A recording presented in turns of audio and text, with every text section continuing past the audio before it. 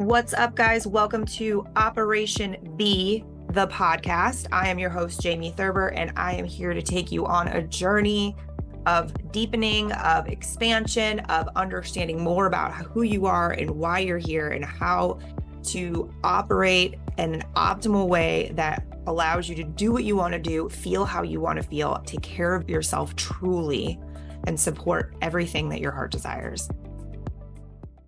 Hey guys, welcome back to an episode of Operation B. I'm Jamie Thurber, your host, and today I am bringing to you someone who has been a massive part of my journey. I've mentioned her to you no shortage of 1,000 times. So we're lucky enough to have Amber Kerby come in, who has been a therapist and coach to me for close to 7 years. 7 years. Ooh. I know, it's great. It feels like... Gosh, in some instances, Amber, it feels like I've never done life without you. Mm-hmm. And in other instances, it feels like it's been just a smidge of time. Yes. I think it's just been a couple lifetimes in those 7 years. Seriously. Drastically different lifetimes. That is true. So something that I was thinking when I was preparing for this was you have a very cool approach to therapy. You have lots of different ways that you help people. So I figured it would be best for me to let you say that versus me mess up the processes and what you have. I was like, nope, I'm going to butcher that. We're going to let her tell you. Yeah, that's fair. I make people introduce themselves too. So just for that very reason that I don't get it wrong. So I really appreciate that. But yeah, so I'm a licensed marriage and family therapist. But the company I've created is called Non-Ordinary Therapy. And it's called that for a really good reason. My favorite approach is to utilize internal family systems model. And that's quite non-ordinary compared to a lot of the approaches that are used in therapy. And I also practice with ketamine-assisted therapy and work a lot with therapeutic integration of non-ordinary states, which could be coming from psychedelic use, breath work, even near-death experiences. So it feels very unique in the way that the way that I work and the clients that I see, we're not necessarily just digging into how my thoughts are impacting my behaviors and my emotions, but going that next level deeper and really trying to understand more about who we are as humans, how to infuse more compassion for ourselves and for others and to flow into the world in just a different way. I love that. And that's what's so funny is when I first met you, I didn't know a lot of those things. You guys, this was definitely a universe thing. I was in the middle of a cosmic shift in my life that I had no choice in, I think is what I like to say.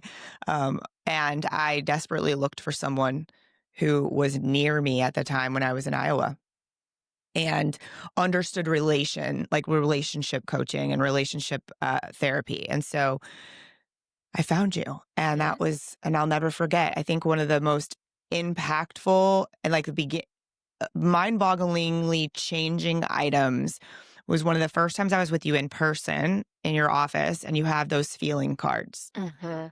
And I was like, I don't know how to explain to you what I'm feeling. I'm overwhelmed. And you're like, okay, well, take these cards and go through them. And if any feeling that you're feeling right now or you feel like you can relate to in this moment, put it on the table, like on a coffee table, guys. So picture this coffee table, and I covered it in cards. Yes. And you're like, well, now do you understand why you feel overwhelmed? I was like, oh my God, okay. This makes so much more sense. And that was one of the biggest, and you were the first therapist I've ever seen, actually. Wow. I don't know if we ever talked about that. So I had worked with coaches many times in different capacities for different things. But to sit is not that I believed in therapy. I just hadn't found somebody. And so in that day, I was like, okay, there's something definitely needed for me here, even with my life like in shambles at the moment. Yeah. It was a look at the approach of what was going on inside of my feelings that I was not always great at anyways. And so that I knew I was like, okay, I need this support. Yeah. And I'd help you. I know you and I have had conversations about this, how unfortunately a lot of people give up when it comes to working with a mental health professional, whether it's therapy, coaching, a psychiatrist, psychologist, whatever, because there aren't, not everybody is created equal. Not everybody's right for you either. Yes. And so I always just want to encourage people to keep looking and keep trying, not to give up if they've had one Mhm. not so great experience. Absolutely. There's so many practitioners out there trained in all kinds of different models. And then we have the unique personalities as a client and as a therapist. So it really is essential that, people still continue to give things a try. Like, okay, it may not be that person, it may not be that modality for me, but just like you experience, there will be that moment where you sit with someone and you think, okay, this is it for me. This resonates. This feels exactly where I am and is going to be Mhm. helpful for where I want to go moving forward. And even in that, I mean, we are pretty lucky, good Lord, 7 years I know. to still continue kind of doing our work as your life evolves, as my work evolves. But there are people that I'll do just shorter term work with. That Mhm. they're looking for something specific. They're trying to really practice the specific model and get things, under their belt. And then, sure, yeah, I'll see you for 3 months. Go out into the world, do the things, and then contact me if you need additional support. So I think, therapy isn't a life sentence either. We can really flow in and out with different practitioners and different models and get a feel for, what's really going to work for us or what's not going to work for us in the present moment. Yeah, I think that's true, 100%. I feel like if the unique piece of both of us is that we have a vast knowledge, and so we're able to help in a lot of different ways in a lot of different areas. So like me Uh-huh. with my clients, and then you with your clients and with me. And so because of that, I think that's why our relationship has lasted as long as it has, is because as I've gone through all of these different waves of my life over the past 7 years, which it's been necessary for me to have somebody that understands. And I remember when I left Iowa, me saying, okay, what I can't do this with someone else. Like it was just such a drastic thing that occurred there. Um, I'll never forget recently when Anthony was in the hospital and he Yeah. sent me a picture. And I told you, Uh, like, I haven't talked to this guy in forever. And I get a picture of him in the hospital. And I like flash back to him being in the hospital when I was in Iowa. And you were like, oh my yes. God, I could kill him for that. It's like, Right. yes, you get it. And yet, like, to give you so much credit, how much work you've done in order to be with that image and be with how your body reacted and what came up for you, also highlighted the Yeah, thanks. incredible, like, path that you've been on to really get to know who you are, get to know what you want in life and what you don't want in life. Yes, that's been a big piece too. I remember learning about coming back to St. Louis and getting to pick up, like, there's certain things that people say to me that stick with me long term. And I still think about the analogy you gave me of, it's like you when you left, you pruned this tree or pruned this situation, all of these codependent relationships you had, and now you get Yeah. to choose which ones you pick back up and what they look like. And I Yes. still think of that when Uh, I catch myself feeling obligated to interact or yes. respond or show up for something. And I think to Mhm. myself, wait, is that something you really want to go back to or try again with? And it's the cool, you've allowed me to create this acceptance in the fact that I don't have to do any of those things. That doesn't take away from what that relationship may have Mhm. been at whatever time it was. Like there are plenty of people, and you could probably name them all, that I don't talk to ever really anymore, but I have no like bad feelings towards them. It doesn't take away from my love for them. It's just it was no longer lucrative or supportive for where I was at. And if I would have kept trying, it would have turned Yes. into this like hard line cut, never talk to again, cement the door shut kind of thing. Yes. Yes. Huge difference between cutoff and Mhm. that compassionate choice, like for ourselves and for that other person. Just knowing, wow, being with that person will bring up this for me and this for them. Is this really what I'm doing? Is this actually something that's going to get me closer to where I want to be? Or is this just a distraction? Is this, just easier to go back? Yeah. So really, focusing on how much work it takes at first to really tune in to knowing whether or not you want to re-engage with someone and what you really want that relationship to look like, and being able to give it a shot, or being able to say, yeah, we're going to table that for now. And I hope anybody listening recognizes, like, yeah, that may sound easy and Mhm. it's not. And no, it isn't easy. Right. But accepting that I have the control to decide who I interact with and who I don't, or how I interact with them has been, well, yeah, it's not simple by any means. It is, once you realize it really is a choice. Hmm. Um, I think practicing my presencing that we do and the presencing I work on Yes. helps me with that. Like if I let myself get too caught up in the busyness, I don't do the same thing. So I feel like Hmm. that's a big key that a lot of people, when it comes to shifting things in your life, overlook. I talk about it all the time, and I know people are like, yeah, okay, I know I should, breathe and meditate or be in the room. And it's like, man, Hmm. I couldn't have the weight that's been lifted off of my shoulders in the past year, especially, Hmm. Yeah. would have never happened if I wasn't able to be in the spaces and actually be in them versus going through the motions. Yes, huge difference between reacting and responding. So when we're just kind of unconsciously moving throughout the program, the relationships, our lives, Yeah. we're just going to react. We're not actually making the choices. When we're slowing it down, and that's the hardest and easiest part of it, right? Once we slow Hmm. down, it's really easy to tune in and say, wow, okay, this is how I want to respond. This is what I really want to do. This is how this is going to flow.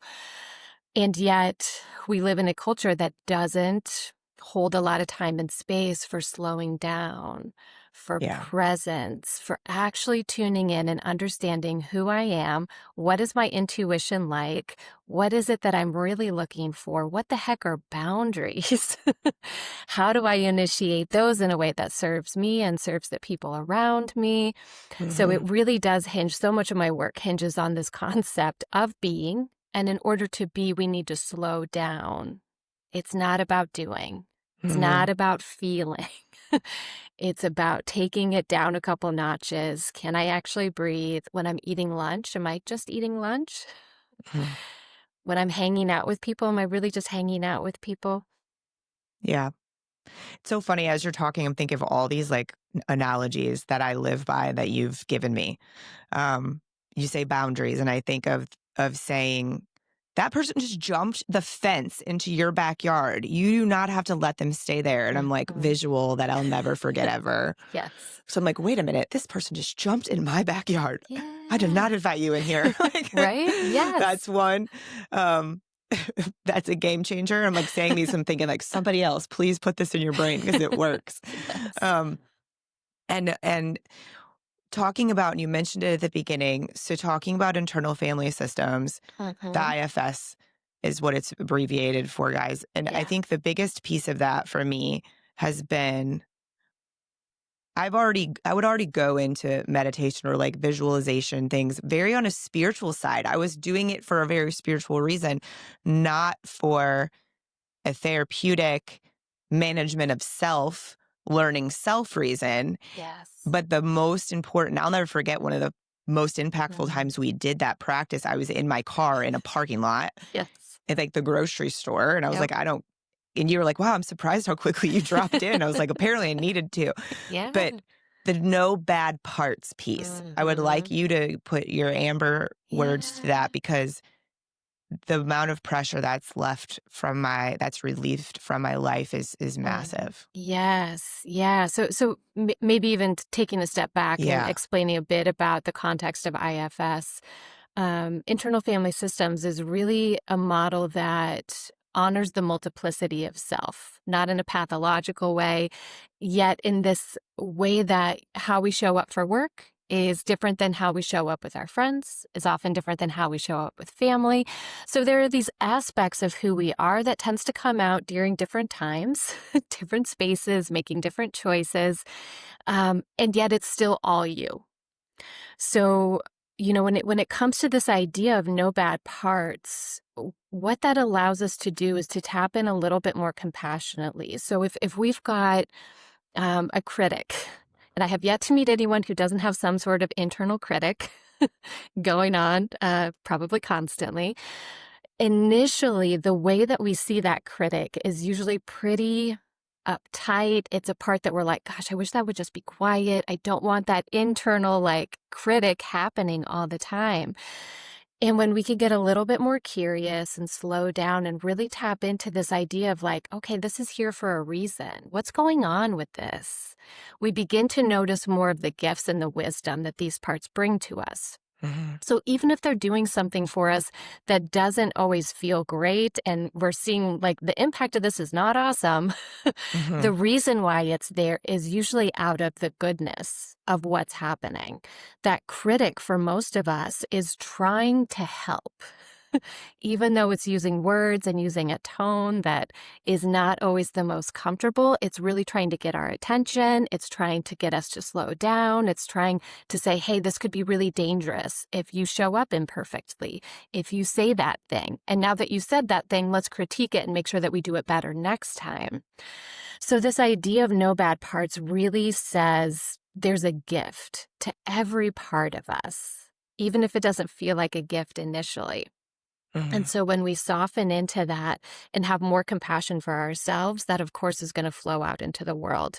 We have more compassion for other people that we bump into when we say, wow, that was intense. Okay. Now, if I can be compassionate about that, that person is doing that also for a reason. They've got a Mm-hmm. part of them that's trying to be protective in some way or another. You know, maybe they had a wound that was bumped in this, and so now they're defending it. Oh, okay, I get that. Mm-hmm. Not in a way that gives them this, huge permission to be the way that they are, and yet at the same time, there's that softness towards another person to say, okay, yeah, you're human. You've got some parts up. I've got some parts up. And we're really just trying to do the best that we can to stay protected and stay okay in these situations. It's like a mind blowing, Mm-hmm. because it was really cool for me, guys that know about my physical health situation. So the cool piece of IFS for me with my health was recognizing which parts of me were created because they didn't know what else to do. Like my system Yes. didn't know what else to do. So we have one that we lovingly call the drill sergeant. Yes. And she has a specific reason. And so Yes. it's been interesting because, also, like I did not intentionally wind up in this spot at the studio, right? At the production company. Mm-hmm.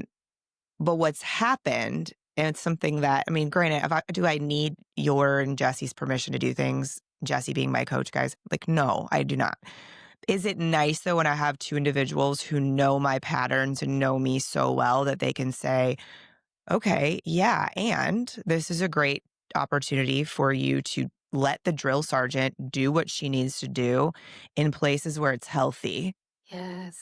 And it's Yes. funny how when I'm like actively seeing like these versions of myself and letting them do their thing, and the ease that it's created. And I don't even know if I've told you this to this extent yet, Amber, but the thing that I've noticed is that the pressure that the right now version of Jamie feels is much less. Yes. So me being able to say, wow, I need to just sit here because that was a lot of doing. Yes. And the doing part is so satisfied that she's not over here going, why are you just sitting there? You shouldn't just be sitting there. Yes. You should be doing something. Instead, she's like, wow, I feel so good about all those boxes I just checked. Mm-hmm. And in being able to, I used to look at that as if she wasn't running the show, I was doing something wrong. Mm-hmm. But understanding that that was created to keep me in what I felt was safe Yes. was really cool, because I've heard people talk about this in a lot of different ways. So if we take this to a psychedelic type of therapy piece, like I remember years and years ago, before I met you even, my friend Greg, who we've talked a lot about, Greg Anderson, him and I were talking about ayahuasca because he had gone on like a true walkabout in the jungle. That's and, intense. done his thing for years. He only ate fruit for like, Mm-hmm. I don't know, a year. It's wild. He's done wild things. God love him for that. but he's brought me bits and pieces of knowledge at interesting parts of my life. And I remember us talking about ayahuasca and him explaining to me that about the neural pathways that are created Yes. once we're not a baby anymore, basically. Like you touch that, it's hot. So there's a pathway created. That's Yes. hot. That's now a rule. And then every bad thing that ever happens, or not even bad, like anything that Anything. happens, we create these pathways. And I remember learning about that and him telling me, he was like, and the scary, or not scary part, but the uncontrollable part of those types of practices is that you don't know which ones you're going to burst open and which ones you aren't. Yes. So when you come back from that, if you don't have therapy or somebody to help with integration, then it's can be devastating. And I remembered being with the guys who did the Lions Not Sheep experiences. They would go for 4 days and get ripped apart and tore down to the bare rawness of themselves.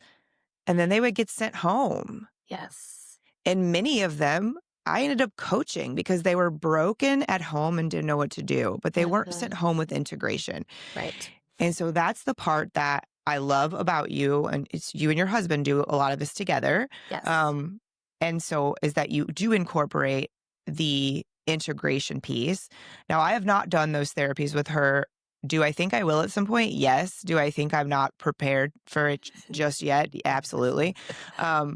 So I'd like you to explain a little bit more about how what you do has a little more control over what you're opening, and then you have a follow-up approach. Yes. Yeah.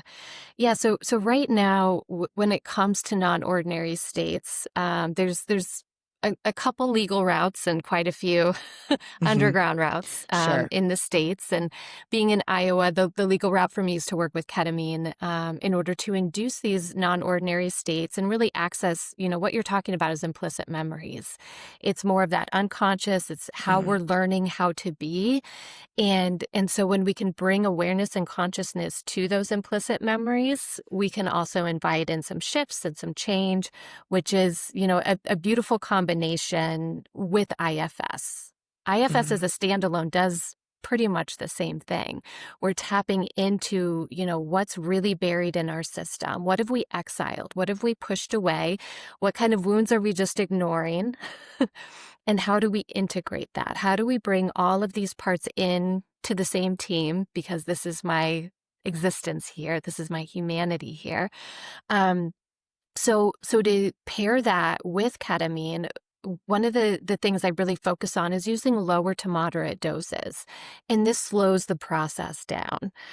It can be very beneficial for us to go into high doses, for us to, go into these big experiences, have mystical experiences. It can really shake up the snow globe and allow us to create some new patterns, especially if we have support. So that kind of speaks to what you were seeing with your community, how people, everything would be shaken up and then they come back home and we're not set up as a culture to integrate, to really understand it, to hold it loosely, to allow people to kind of lay down some new patterns. So our tendency is to try to go back to the old patterns, but then none of that fits. And so it creates a lot of cognitive dissonance and we're just very uncomfortable in our body and our life.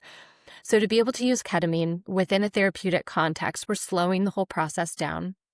People remain in a state where they know that things are different and they can invite in new perspectives, they can reprocess some memories and some emotions. And yet at the same time that the fire alarm went off in my building, that would be a little funky, I think, in an experience, but we can get outside, we can get to safety. People are still aware that they are here in my office, while their awareness is also incredibly shifted with this type of modality. And so to wrap integration around that, to wrap, therapeutic support around that, as people get these insights, as they realize like, oh, I want to lay down something different, great. We can do that. We can do that slowly. We can do that intentionally.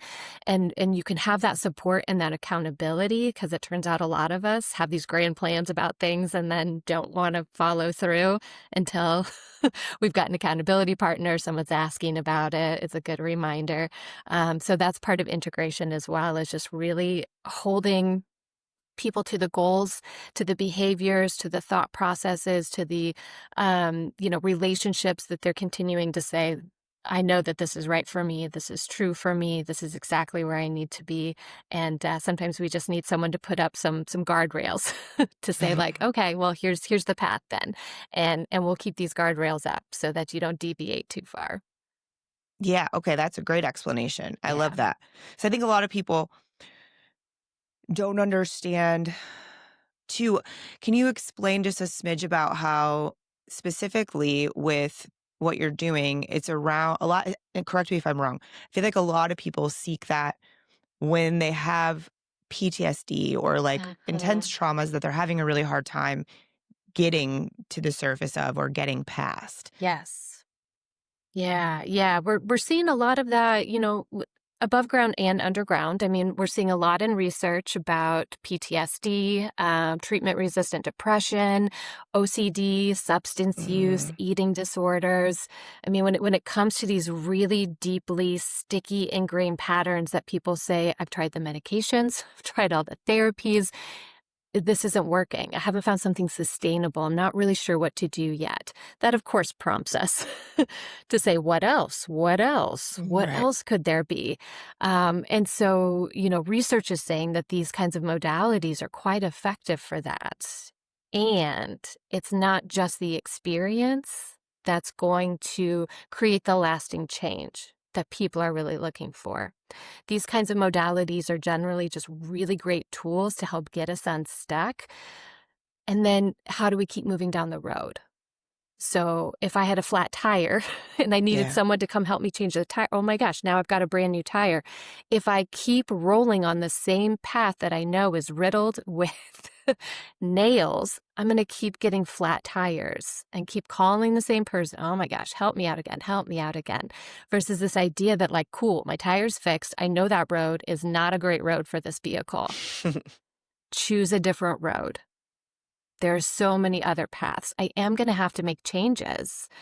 And that I think is one of the hardest parts, especially when it comes to kind of the sexiness of psychedelics and how healing they are and how magical this can be. Absolutely. And also, it will stay just an experience if we're not continuing to do the work. If we Mhm. have the aha moments that say, like, oh, holy crap, I really need to do this in my life. We need to do the thing in order to Mhm. continue down that path versus doing what a lot of us do. Like, oh, I'll do that tomorrow. I'll get to that at some point. That Yeah. sounds too hard. I actually don't know that I want to do that. That'll create a lot of havoc in my life. That'll create a lot of change. Might be what we're looking for, Exactly. right? Yes, it's unfamiliar, it's uncomfortable, and it's supposed to because we Yeah. know that we can't always create a new solution in the same environment that created the problem. It's time to make a shift. Yeah, that's huge. It's funny how and we've talked about this to an extent a time or two, is that it always really will come down to in any situation I've noticed, Mhm. an awareness and Yes. then an action. Like we Yes. have to do the work. And so when I Mhm. tell people about my experiences with my coaches and my little team of people that help me through the shit, basically, I tell them I have been very blessed to find you and Dr. Brog and Jesse and Joe, and like Yeah. it's been great. And I have Tony, who's an incredible asset and partner. Yes. And Yes. part of why I have a great experience is because I'm open. Mhm. I and again, guys, I'm not like I'm not tooting my own horn. I'm sharing this to like let people be aware. Like you could have this too. Part of it is you have to be willing to show up, Mhm. tell the say the uncomfortable things, say the like catching yourself, ask questions, do the work, like ask for homework, those kinds of things. It makes me giggle when people say, well, I just didn't go to therapy anymore. I didn't have anything else to talk about. And I'm like, Mhm. really? Okay. But there's a piece of that puzzle where Mhm. it just like everything, part of being a human being, if you want your experience to be a certain way, We have to do something. And I wish I could had a magic wand and could like grant wishes for people. That's just not the way it is. And so I try, this is the thing nobody ever wants to hear, right? But it is the truth that if you want something to change, you have to change, or you have to be willing to do the work to do Yes. that. And so with that being said, it's a piece of the puzzle that I can say all day long, right? And I thought, and I didn't even write it on my notes, but it popped into my head, and I'm glad it did, because it is something you and I have talked about. There are plenty of people who show up, to check the box, Yes. but they don't really show up. Yes. Yeah, which, from a professional point of view, that was an aspect of the way that I used to practice that it was really difficult. And that's also what spurred me to create this idea of like non-ordinary therapy, because I know previously in my practice, it was more talk therapy based. And there's some value to that, but that's where people get stuck of like, I don't have anything else to talk about, because that's what the relationship is hinged on. So what are we really doing and what are we offering? And so when it comes to a modality like IFS, it's less about talking and it's more about experiencing. And if there's not an experiential embodied component to the therapy that we're doing, you might as well just go have coffee with your friends, chat with your mom, talk to the person next to you on the plane, because being able to talk about it is an aspect, but it's not always the most vulnerable aspect. And I think there's a piece to therapy that if people are just kind of in the performative, I can talk about it, that's also not going to spur on what really needs to happen next. People aren't really opening up in this way, and they're not tapping into more of those deeper aspects that is uncomfortable. And then being able to say, okay, this is what's really happening under the whole story. This is actually the reality of it. And what do I do with that? How do I sit with that? How do I feel that? And then how do I move forward knowing all of this? Oh, yeah. Like, I'm really great at intellectualizing everything. Yeah. I could explain to you why it happened, who someone else, and those are all probably very accurate. Yes. And everyone that I work with is very aware of that. Like, Jesse often is like, so let's talk about where you feel that in your body. And then you're like, so what about the root there? Who do you think is talking? And I'm like, oh, yeah, okay. So it helps me, though, because when we touch base every week, like, it helps me then throughout my week. I think about our conversations pop up, and in those moments, I'm able to catch myself only being here. And then I get to go here into wherever it's showing up. Yes. And typically behind this shoulder blade, that spot is still a hot one sometimes. Yes. It's definitely not as bad as it used to be. But it's funny because now it hurts as soon as I say it. I'm like, oh, that hurts. You weren't hurting before.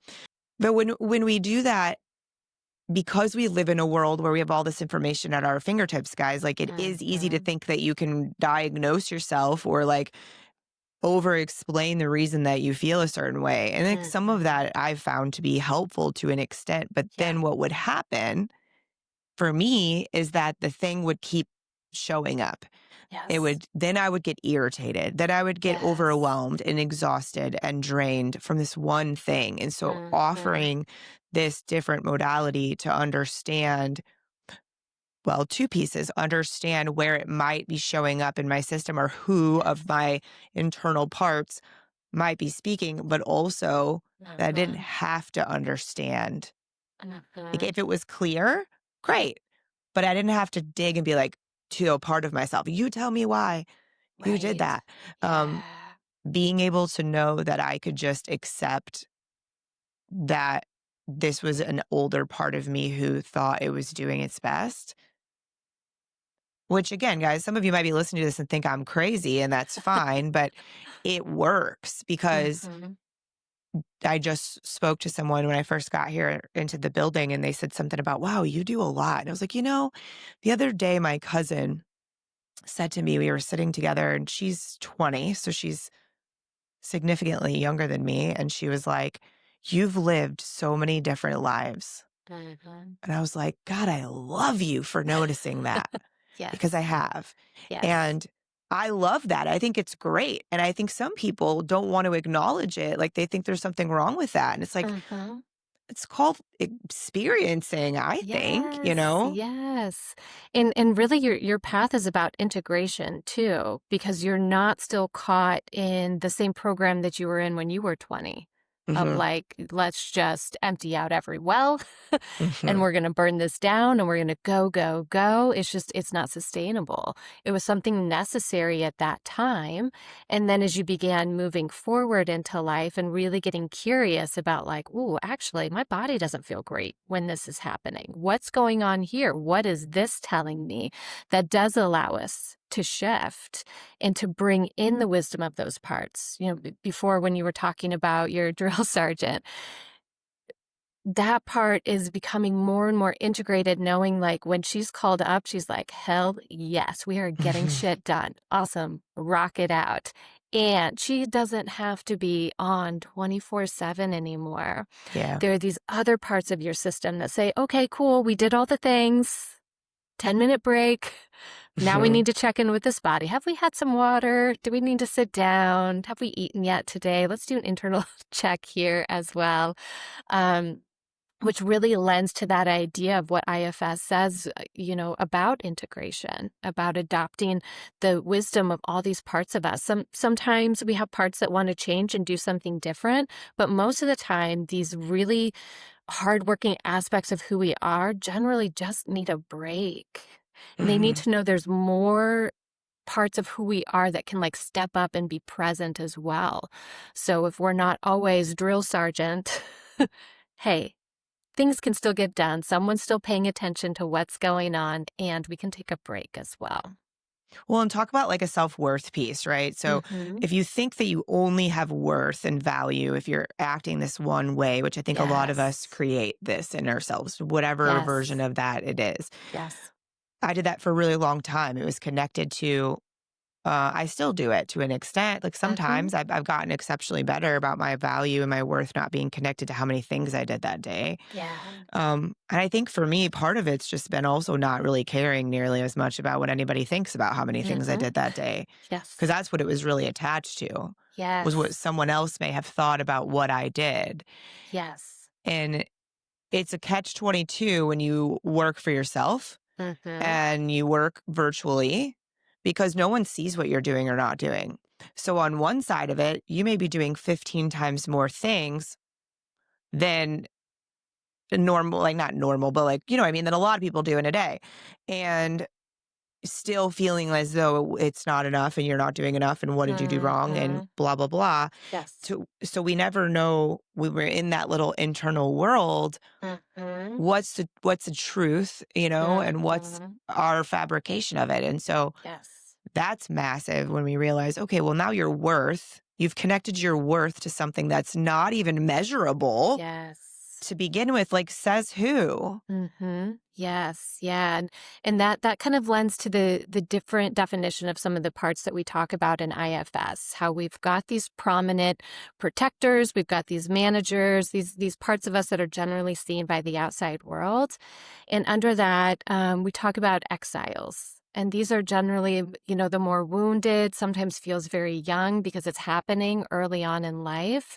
And so these are the parts of us that are carrying those beliefs that I'm not worthy, that I'm not lovable, that I'm too much, that I'm not enough. And so out of that wounding, that's when a lot of our protective parts begin to do their jobs even more intensely and can get really out of line compared to, how the rest of the system really wants to flow. And so, in your case, being able to really hone in on the drill sergeant, the doers that are like, oh my gosh, we have to do enough so that we're good enough. And to be able to say, okay, wait, is that really true? It Yeah. used to be true. That's that implicit memory. That's what we were taught. That's what we absorbed. Okay, now I can offer some curiosity and some compassion to what's really happening there and begin to invite those parts to turn more towards who I am. Hmm. And I get to decide, is this Hmm. enough? Does this feel enough? can I be worthy? Can I be okay no matter what? Like, what if it's a day that I literally just sat on the couch and crocheted all day? Um, of course, I'm still worthy. Of course, I'm worthy of a Mhm. break. I'm still a whole person. It's Yeah. okay that we do that. And so that's part of the integration work and just the importance of compassion for these parts of us and inviting all of these in. Mhm. And I think for everybody to understand that it's okay that some of these seemingly to the outside world small things are Mhm, extremely overwhelming or complicated or confusing or mhm, don't feel right. Like the sitting for me, and I've talked a little bit about it here on the show, but like learning to just be because oh, Amber, I'm doing my journaling, I'm sitting, I'm spending time. But what I was really yeah, doing, as we now know, was I was sitting because I had to, mhm, because my body was like, nope, you must sit down. And my mind's like, well, we can do stuff while we're sitting. It's totally fine. mhm, yeah, And so then noticing, okay, but I'm still constantly doing while I'm here. mhm, Something that was always a good indicator for me. And I've actually been noticing it with the others, with my dogs. So if you remember, Mac and Bonnie would like force me to stop because they would want to sit directly on top of me. And so I yes, could not do other things. I had yes, to just sit. And now Mia is not a snuggly mhm, girl. mhm, And I've noticed though that Frankie will just kind of do what Mac used to do, and she'll just look at me. And so I'm like, oh, okay, this is a good opportunity to let me move this whatever I'm doing off of my lap mhm, and just be with this dog for a bit. And yes. so maybe she'll turn into a snuggler, fingers crossed. I miss my snuggly babes. Yeah. But that's another thing, guys. I remember when Mac died, I said to Amber, I am not I am not willing to Mhm, not process this now.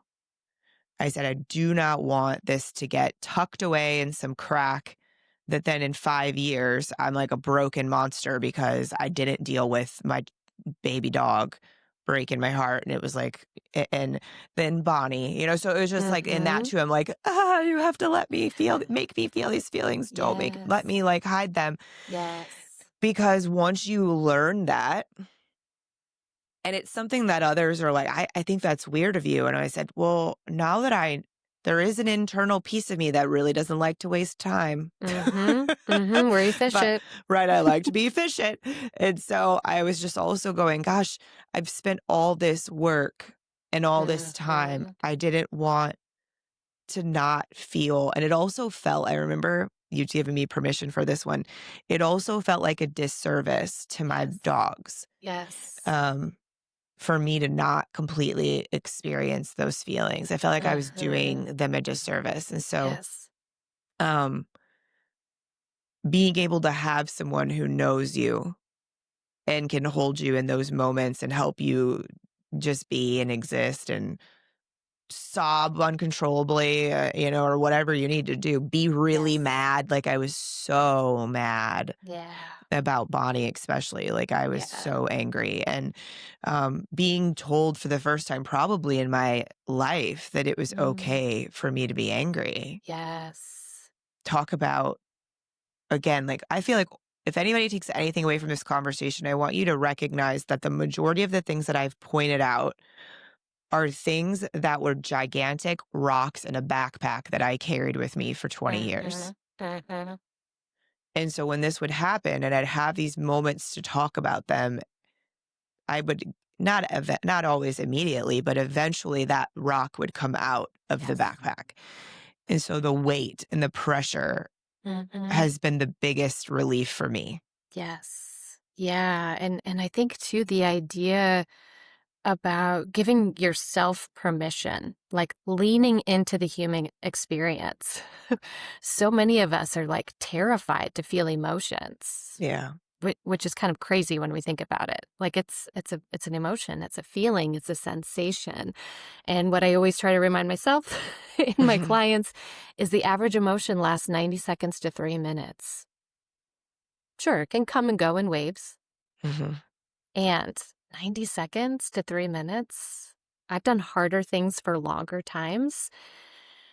that sitting with grief and anger and disappointment and anxiety and low mood and regrets, like really allowing your body to do what it needs to do during that time was just to feel it, Yeah. acknowledge it, be with it, Hmm. and then allow it to do what it does next, which is generally just kind of move on through. Even if it's Hmm. going to come back to visit, cool, we can do that. I can do this for another 90 seconds.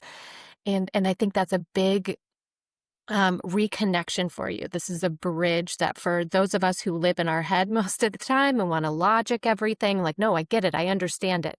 Yeah, but now we need to like do it and we need to feel it. Like up here, my brain's like, oh yeah, we can feel that until we start feeling it. And then it panics and is like, nope, we're not feeling it. Let's go do something else. Hmm. And really like giving permission for that reconnective. Cool. Yeah. No, emotions live in my body. They live in these sensations. It's an energy. All Hmm. right. I mean, am I going to walk around all day trying not to sneeze? Oh my gosh. If you need to sneeze, just sneeze. Do what your body needs to do. Yeah. Allow that to cycle through. It'll be intense there for a second and then it's done. We do have the Yeah. capacity for that. And I think capacity is another thing that constantly comes up in our conversations Yeah. about stretching like, okay, yeah, this is what I can do. And I can hold this. And if I do stretch out this far, here's what I need to do to kind of normalize again and Hmm. restabilize. Yeah, absolutely. Like I'm right now, you know, just restabilizing after a month of great things, but lots of things, family in town, wedding, Yeah. not my wedding, my stepson's wedding, for those of you who don't know. I'm like, I'm not going to talk as though everyone's involved in our conversations, Amber, and Right. they know what I'm talking about.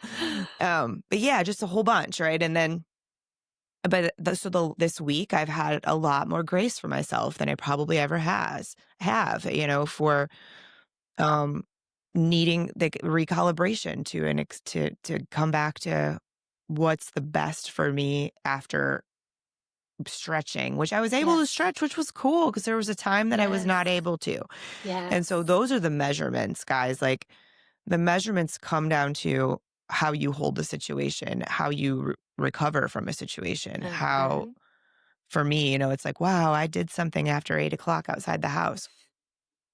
Right. Crazy. But those are the things. Yeah. So, no, it's just you and I have been on a very cool journey together Yeah. and lots of full circle moments, which are always Mhm. fun when I'm like, oh, she knows, like she sees how big of a deal this is.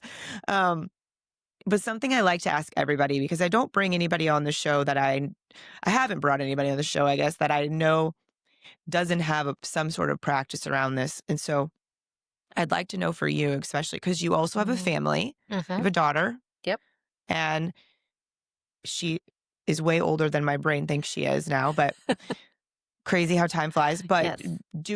running your company, Mhm. going and doing your speaking engagements, being a wife, being a mother, what is something that you would say you do consistently that helps you Mhm. stay more present and able to be Yeah. the version of you want to be? Yeah. Ooh, consistently. Well, That's always the tricky you can part, give me right? a We go in and out. couple Yeah. examples if you want. Yeah. Yeah. You know, I think right now my biggest focus, and I just phrase it this way because it makes it sound more fun to me. It's microdosing mindfulness. So it's being Oh. more intentional throughout the day to say, ooh, I'm going to check in. Like, how am I doing? Where am I? Hmm. What's really happening? My husband has this wonderful phrase, be with what you can see. And it's a Oh. great like grounder. Like, okay, am I on my phone and listening to my kid and letting the dog out? Wait, what's really happening? Can I get grounded? What's going on in my body? What's going on in my system? What parts of me are activated? And can I just really be present right now in this moment? And what's most important? Hearing the story about the day, right, from my Hmm. kiddo. Being in nature. I'm going to take a walk in the backyard with the pups. Um, and trying to build that in more regularly throughout my day. Pauses. Ev- Every time I walk down the hallway outside my office to use the restroom, like it's a regrounding. I'm like, okay, where Right. am I? What am I doing? What's now? And that I feel has kept me more in tune to more moments versus what I typically used to do was like save everything to the end of the day. Kiddos in bed, like everything's taken care of. I can now take care of me. And while that worked well, given the way that my life was during certain times, it also didn't always sustain me throughout the day. Like I couldn't wait for that moment. And I'm like, why am I waiting till like 8:30 to take care of me, to Yeah. check in with what's going on in my system? I can do this more regularly throughout the day. And in fact, I want to. I want to have that reset of, when my kid's trying to show and tell me something, I'm like, oh, you're right. This is none of this. I don't need any of this. I just need eye contact with this kiddo. I need to be in tune. I want to live my life. I want to Yeah. be in my life. When I'm at work, I want to be with my clients. When I'm at home, I want to be with my family. Yeah. And so much of that is just my practice of understanding, like, am I present? Where am I really? Am I with what I can see? That's cool. I love that. Yeah. Be with what you can see. That's really helpful. Yeah. Because I think a lot of us, this is why we don't follow through with Right. our mindfulness practices Yes. and that's why a lot of people do it first thing in the morning because they know they're not going to take care of themselves at the end of the day. There's nothing left in the tank. Yes. Well, I could keep talking to you forever. I We're going to have to know. just do more conversations, I think. Yes. Thank you so much for taking your time to be with us today. Thank you for having me on. You're Yeah, welcome. I could chat with you forever. So. I know, so many things. So you guys, if you're interested, if you want to follow Amber, she does share really good content. We're going to link her things below, and then her company website we'll put there too if you want to find out anything about her. Yeah. Well, thank you for being here. And as always, guys, if you enjoyed this conversation and you would like to share it with someone, that helps us so much. So please hit that share button wherever you're watching. If you haven't subscribed, please do. Leave a comment. Let us know what you think. Ask a question. We'll get back to you. And if you have not yet left a review, that does help the show. So thank you so much for that. And until next time, we'll see you later. Thank you for listening to Operation B, the podcast. To support this message and to support the show, please make sure that you like, follow, and share the podcast wherever you enjoy listening. And be sure to leave us a review on iTunes. Thank you for being here and see you next time.